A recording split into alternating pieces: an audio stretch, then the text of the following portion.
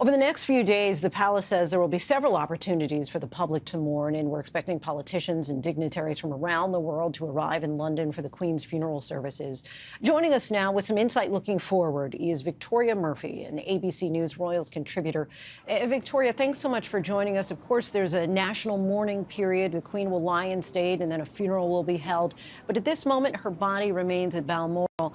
What can we expect to see in these next few days? Hi there. Yes. Well, what we're going to see over the next few days is a very well-orchestrated plan swing into action. This is obviously something that, while there is a huge amount of shock here today, and we're never really fully prepared for the feeling of this happening, despite having been prepared for the logistics.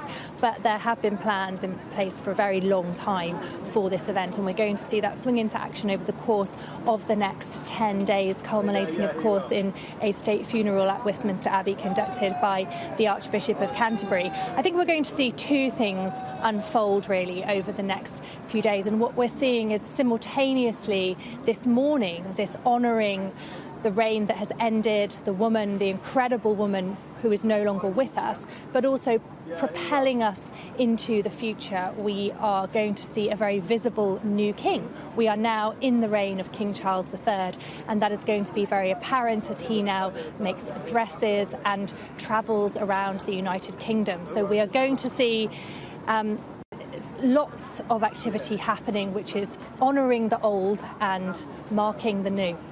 And Prince Charles, as you said, now king, taking on the new role while mourning his mother at the same time, who not only raised him, but helped to raise his sons after the death of Princess Diana. How would you describe their relationship and what his role will be like in the next days of mourning?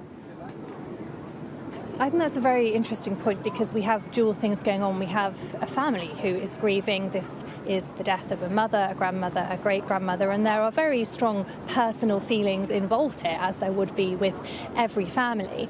But at this time as well, the family is, I think, also acutely aware of the roles that they have on the public stage, and the fact that the eyes of the world are now on them. And Prince Charles has been preparing, not Prince Charles, King Charles. It's going to take time to get used to saying that. I think when I had a statement through today from the new king, it felt so strange, because we have had a queen for so long, and now we are saying King Charles. He has been preparing for this moment for his whole life. We have seen him in action, really, over the past, particularly the past year, when the Queen has been unable to carry out many of the functions of head of state. He has been increasingly stepping in for her. So in many ways, I think a lot of it will not necessarily feel jarring, and I think that is what the monarchy has wanted, that is what they have been planning for. But certainly it will take time, I think, to get used to having a king, to get used to our national anthem changing, lots of things that will change, our stamps, our coins, and it will be very different from what we have always known. All of this, of course, will be underscored by issues within the family, as you kind of touched on there, with Prince Harry and Meghan's departure as senior royals, as well as the sexual assault allegations against Prince Andrew. How will the palace try to stop those things from becoming a distraction?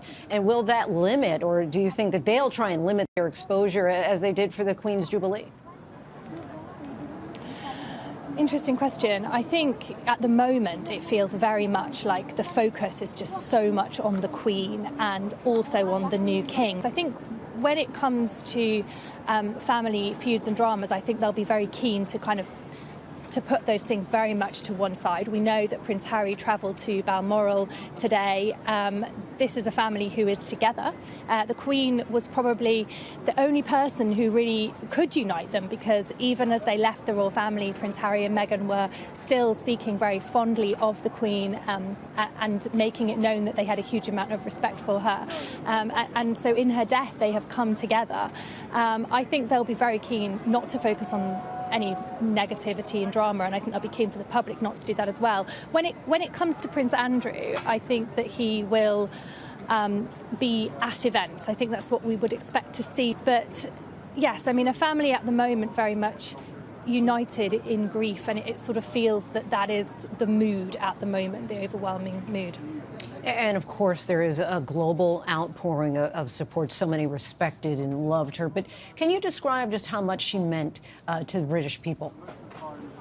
It is quite a difficult thing to put into words, because this was she's the only queen that most of us have ever known. And I think one of the things that was so central to her reign was that it was so important to her to go out into communities. Yes, she had this grand role on the world stage where she carried out all the official functions of head of state, but for her, really, the job was about going out into communities and seeing people, meeting the public, going into their workplaces, their homes, their schools, their community centres, and she did that day in, day out, right up into the point when she really couldn't manage it anymore. And I think that's why so many people feel that they have a connection with her, and why we're seeing so many people come down here tonight, because people felt that they knew her, they felt that she was really there for them. And just lastly, you know so much about the Queen. How do you think that she'll be remembered as a person and not just a monarch? I mean, of course, the outstanding thing about her reign is the fact that it was so record-breaking, but I think she was a very unique person. She had this, through her character, through the way that she conducted herself, she had this incredible diplomatic ability, and this incredible ability, I think, to very gently to guide and to lead, but in a very unassuming way. The Duchess of Cambridge once described her as a gentle guidance, and I think that's what we saw. I think that she understood the importance of creating space for allow people to allow people to tell their stories, to allow her family members to carve out their own roles. So I think the fact that she was able to lead, but also to create space for other people to carry out their roles and for the public to tell their stories, I think that was an incredible capacity. Victoria Murphy, we thank you so much. Just tremendous reporting all day. Thank you so much.